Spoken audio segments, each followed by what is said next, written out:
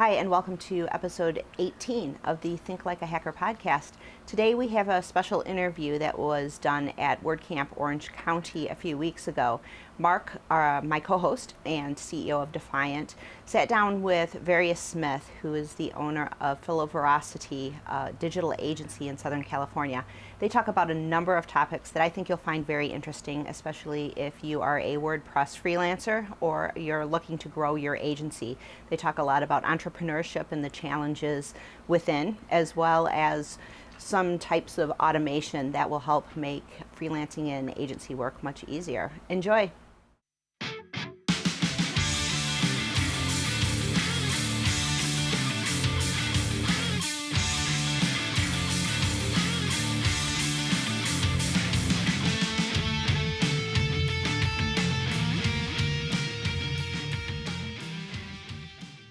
My name is Verious Smith, and I am the creative director for Philoveracity and the WordPress Inland Empire meetup group organizer extraordinaire. Awesome. And I think thanks to you, we managed to sponsor WordCamp Riverside, right? WordCamp Riverside. Thank you so much for that. Yeah. Oh, that's absolute pleasure. How was that? It was amazing. The second year, we did 2 years in a row. And last year was the second year. We had about 50% growth from the first year. First year was about 100 people. Second year, 150. So it was great. Learning experience because I'd never led a WordCamp before. And after 2 years, after the first year, you always want to grow. And I was just happy to have more than what we had the first year. So that's yeah, awesome. it was awesome. And what's your company name? Philoveracity. So it's a hard name to say, but it's a coinage of two words, like phileo, which means love, or in veracity, which means truth. So love of truth. Okay. Yeah. And what do you guys do? We do web development. I would call it interactive brand development. Anything on the web for a client who wants to market their business. So getting them on the web. We do marketing campaigns, a lot of marketing automation lately, using products like Infusionsoft or Mautic. Just getting a client online, like pretty much specializing in that digital aspect. And of course, you're doing all of this on WordPress. All on WordPress. That's why. So I really love WordPress because it's given me this job pretty much, and so. I love WordPress, and so that's the reason why I started the meetup group, so I can, in a way, give back. That was my excuse of starting the meetup group. I need to give back. And so, like, when I first began, I had just begun doing websites with a marketing company. We were doing Joomla websites, and ended up, after learning Joomla, man, it was really rough. And when was that? What year? I would say that was like 2010. And so I worked at a marketing agency in Houston for about 4 months. And they were a startup. I had no idea, that I was going to be laid off in 4 months, yeah. And so ended up, after got the job full time, they laid off their entire web development staff in 4 months. And I was, when I got laid off, I had just moved away from home. I had just graduated from college. And once I got laid off, I'm like, okay, I can either get another job and risk getting laid off again, or I could go full time. So my decision was to go full time. I started to... When you say go full time, you mean be a full-time entrepreneur? Be a full-time entrepreneur. And like, I was putting in job applications for different places to work at different places, but ultimately I felt like I don't want to get laid off again. I want to be able to control this. So I just looked up local businesses in the Houston area and found that they needed websites and started picking up clients that way. And it was rough in the beginning, really rough. And when you say rough, it was, I guess, hard in terms of cash flow, right? It was very hard in terms of cash flow. Yeah, there was no cash flow, like, whatsoever. And but it was enough to keep me employed, keep me eating, and that's about it. I couldn't do much else with my life, you know. But that was great because it was a learning experience, and from there, like, you know, I feel like I built up a muscle, you know. That's kind of one of the things that I had to do, is learn how to do this. You know, I had to learn how to find clients. I have to learn how to prospect, had to learn how to, you know, at the same time, you know, take whatever risk needed, which was already a risk, you know, take whatever risk needed to be taken to continue to have business. And so, You said you had to build up a muscle. You had to, I like that. You had to build your entrepreneurial muscle, right? that's kind of the way I look at it. It's like, there are certain things that you learn are unnecessary, and certain things that are vitally important that you don't do in the beginning, like, and you learn to focus on only what's important, like at the moment. And once you can learn to focus on those important things that are actually going to pay you, it's real, you know. And so, what do you think some of the things are that are vitally important? The things that are vitally important, I would say, being disciplined in your work, focusing on jobs that will actually pay, you know. For me, that was, you know, finding people who would pay for, you know, me to do work, because there's a lot of people who want work done, you know, in the terms of marketing, but they don't really have any money to do it. And I had to, you know, I had to think about who's willing to pay me to do this, and do I have something to offer them?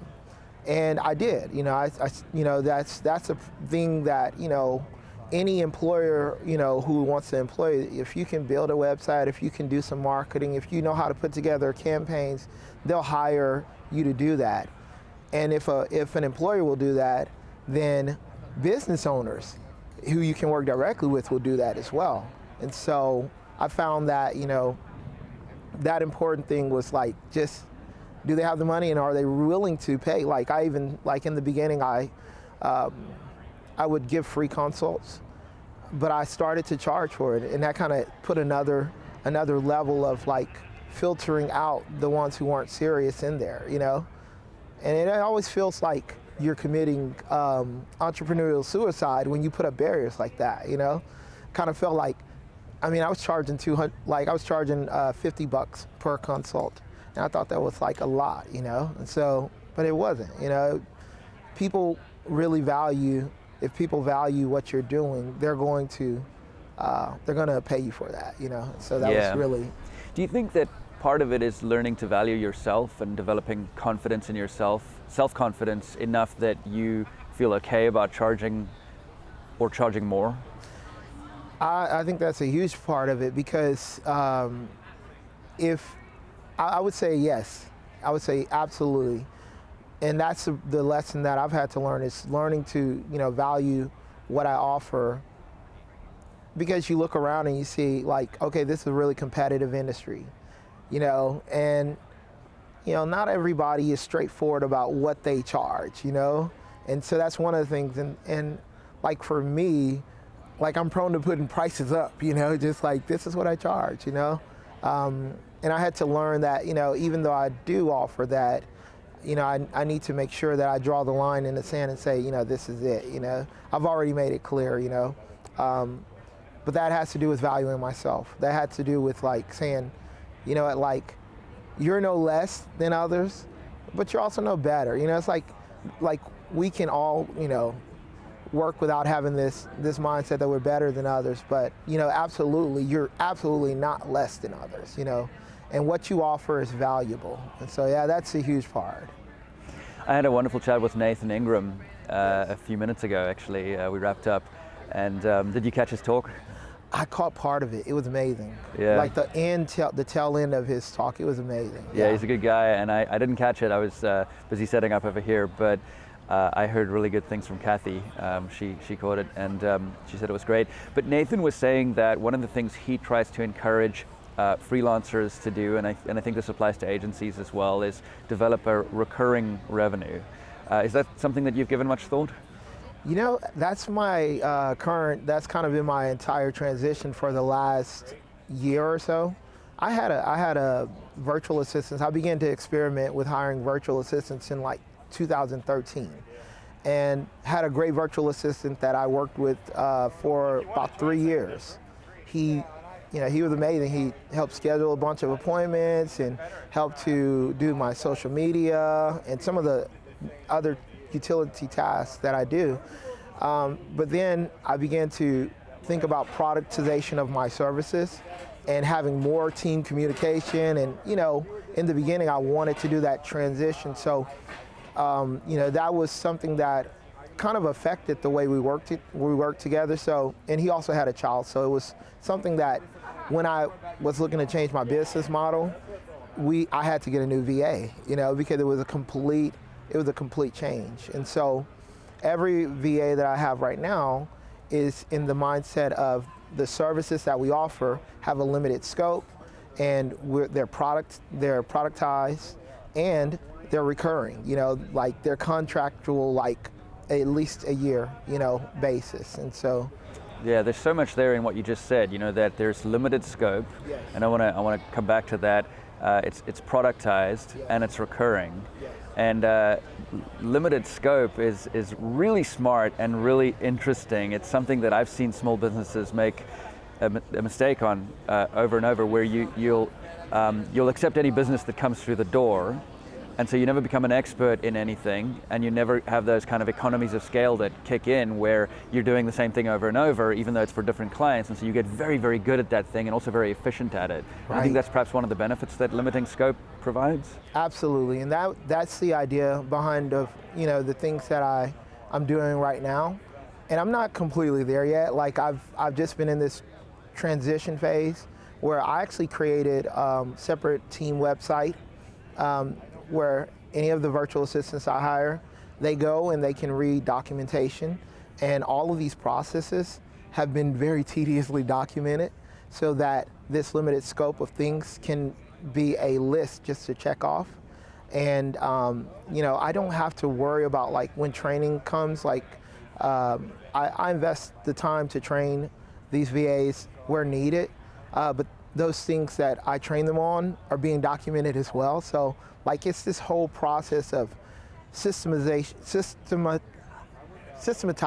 everything, and it's like, for me, it's a new experience, but the idea of economies of scale is what's behind what I'm doing, because I want to scale what I do. I can't scale. My time doesn't scale, but a productized service will scale, and I can just put people in positions to help scale that. And so that's the idea. That's great.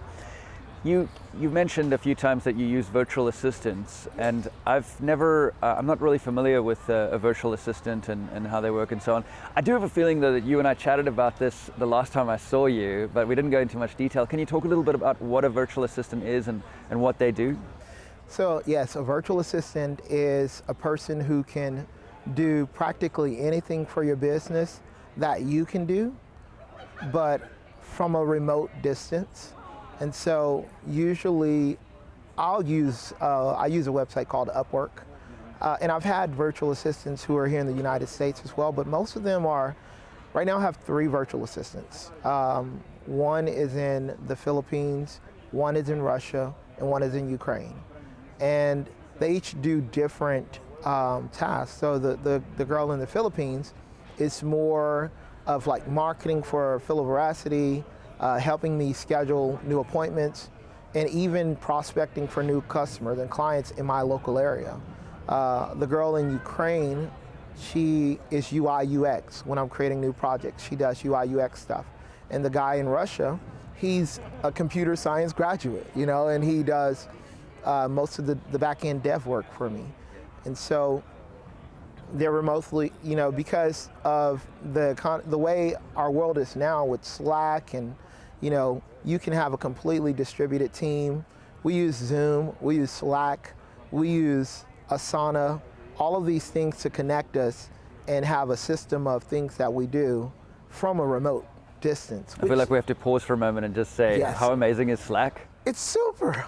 I love Slack. Yeah. Yeah, it's like one of the things that's revolutionized the way I do business, because I use the list. I don't use the board. I know people like the Trello type boards for Slack, but I use just the list. Check it off, assign it to people, and have a due date on there. So you're actually managing tasks within Slack?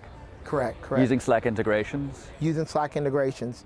So I normally use Zapier for some third-party services to integrate Slack, Asana with Slack. Well, Slack is the communications tool where we'll go in, we create a new project, new channel for each project, and then we communicate in there. We also use Google Drive, and Zapier for sometimes there are tasks that we need that we can use Zapier to integrate Asana or Slack with some outer service as well. But the core of the operations is always either Asana and Slack and Google Drive, sometimes Dropbox. So yeah. Do your virtual assistants interact with each other on Slack? They do. There's a general channel, and I've had I try to communicate and keep somewhat of a team environment. We've never met each other, like in person, but at the same time, it's no need. When you have a video conference, then we sit down and we meet each other that way. It's a different world. Like you may not ever meet a person like flesh and blood, but you're working with these people, and they become important to you. Yeah. Yeah, we're 100% remote, and when we hire, sometimes we'll hire 4 or 5 people over a couple of months, and these are full-time employees and mostly US-based, and I will go a few months without having met them, and then we'll be at a WordCamp or something, and there'll be an after party, and I'll be like, I walk up. I've had a situation where I walked up to someone like, "Hey, how's it going? You having a good time? Having a good WordCamp?" I'm Mark, by the way. And he's like, "Oh, I'm so-and-so, I work for you." That's what? I am so sorry. That is awesome. How are you? And we've chatted so many times, and I know you. Yeah. But it's crazy. I love that. Yeah, and I actually got used to that idea a long time ago. Yes. In the early 1990s, I was what you would call a phone freak. So I would hack the phone lines to get free phone calls, and also awesome. mainly use it for BBSs. So I would connect my modem to, I was living in South Africa, I grew up in South Africa, and I would hack the phone lines to get free phone calls to the United States, totally illegal. Yes. And I would connect to a BBS in Orange County called Digital Decay, run by a guy called ArcLight. Yeah. There was another one here called DNA Systems.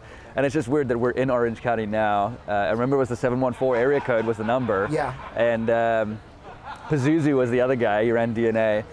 And I ended up marrying someone from Orange County as well. Total coincidence, right? Awesome. But anyway, I digress.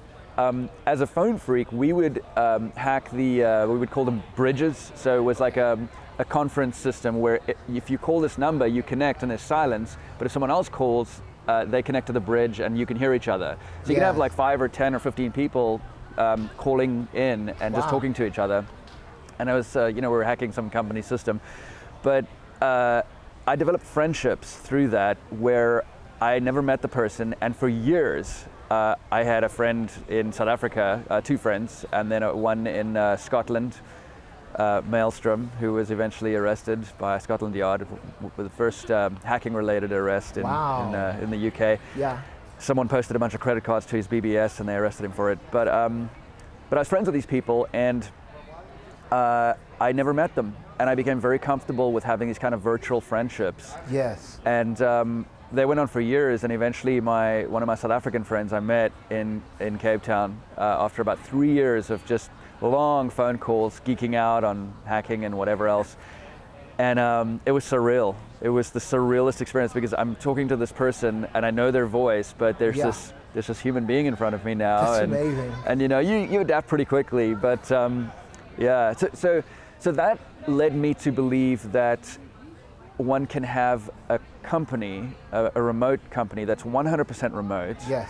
And you can actually have deep relationships with those people. Right. In a virtual way. Yeah. I agree. I really do agree, because you really don't. I mean, like, I think, putting the emphasis on like that being in the same vicinity is probably overemphasized. Kind of, I think it gives you a level of trust as well too, because you can't be like you can't hover over them and like, worry about what they're going to complete for you. You have to trust them, and that develops a stronger relationship. In a sense, you give them a task. You say, "Hey, I don't care how you get it done. I don't, this is just a due date, and do whatever you can to complete it."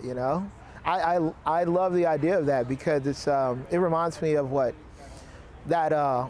I think seven habits of highly effective people. Interdependence is a big thing. The only way you can really grow, and this is one of the things that I've personally, as an entrepreneur, have had to learn, and it's been a hard lesson, because initially, as a freelancer, I'm just worried about being independent.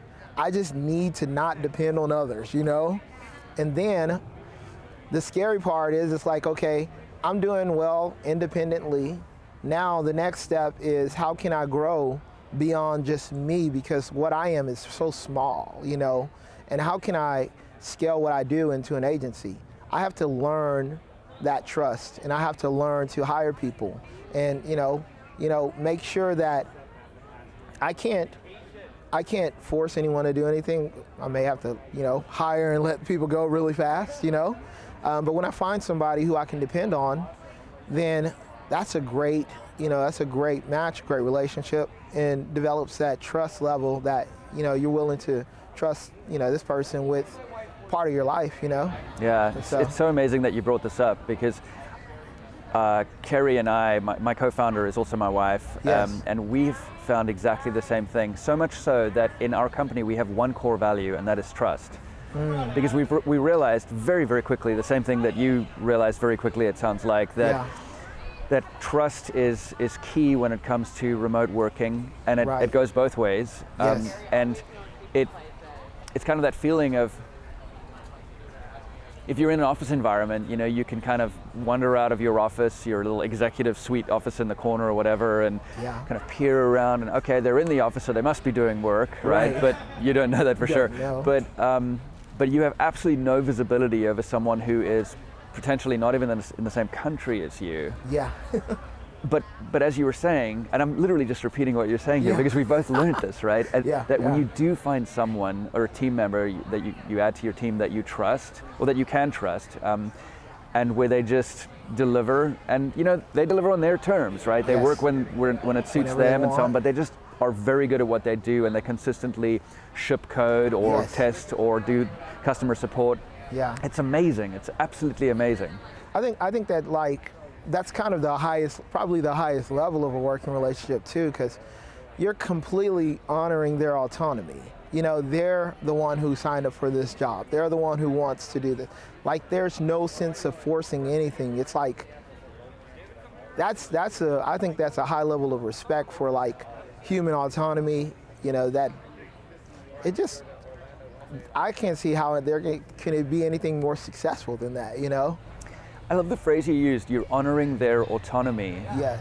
I really love the way you articulated that, because I feel like the Amazon, well, I'm not going to mention specific brands, cancel the Amazon thing, but and this applies actually to all large companies, where you have to commute to be in an office, and you're expected to be in the office to do your work.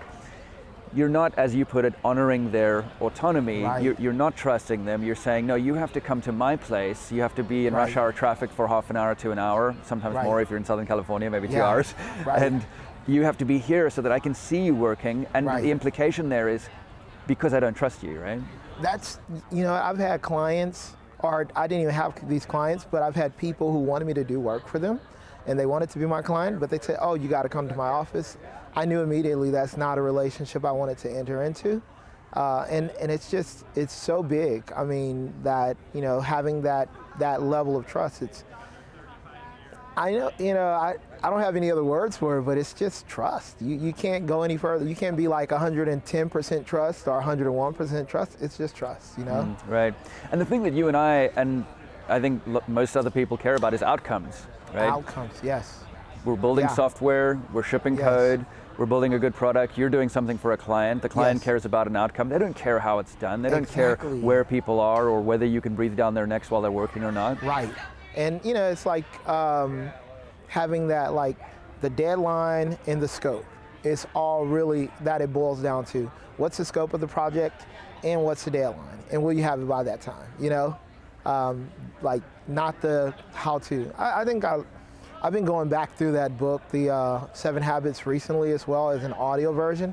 I read through the paperback, I still have that at home, but the audio version is just kind of reminding me of some of these things. And so it's really, it works well for entrepreneurs who want to grow larger, And so that's kind of the phase I'm in at this moment. I think that's probably why this conversation is so relevant to me, because that's the phase that I'm in as well, Verious, you've been doing this for 9 years now. Yes. Sounds like you've learned a heck of a lot. And I'm sure, like me, you've got a lot to learn still, right? Long road ahead of us both, hopefully. Yes. But for someone who's just starting out, what advice would you give them? So if someone is just starting as a freelancer, like the main thing, when I started, I was in crisis mode, and that's not easy. It does build a muscle, like we talked about, but if possible, try not to start in crisis mode, There's always paralysis of analysis where you never start. So there's like a little balance between planning and executing. It's like you have to plan as much as possible in the beginning, put out what you want to do, what are your goals, what are your initial objectives for what you want to do.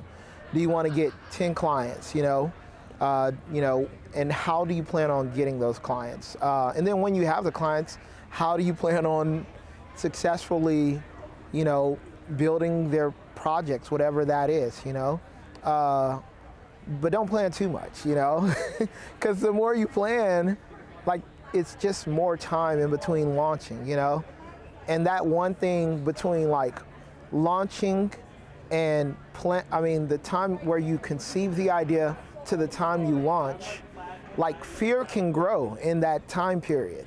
And everything you do as an entrepreneur is a risk. So you have to be willing to take some risk, and you have to be willing to launch, and you have to be willing to fail sometimes, because if you fail, it's just a lesson, but you can always continue to try, do more. And so my idea of someone starting out is get a little bit of a good plan in place, maybe talk to other entrepreneurs who have done it before. Be deliberate, be intentional. Be deliberate and intentional. And try not to panic while you're doing all that, right? Right. And proactive. Be proactive. Don't wait for things to happen in your life. Like I could say technically I was not proactive. I was more in a reactive state because I got laid off and I'm like, what can I do, But take the action, initiate, a timeline for yourself, when am I going to launch, and then initiate a timeline for which, after you launch, if you're having a certain amount of success, you're going to, or if you're not having as much success, you're not, you're going to consider other options, so I think there's a lot that goes into it, but being realistic with where you're at and being realistic of how you're going to carry out this plan, and if you're not having success, offering something else, you have to be realistic about that. Yeah. So, one of my favorite films is David Lynch's Dune. Dune.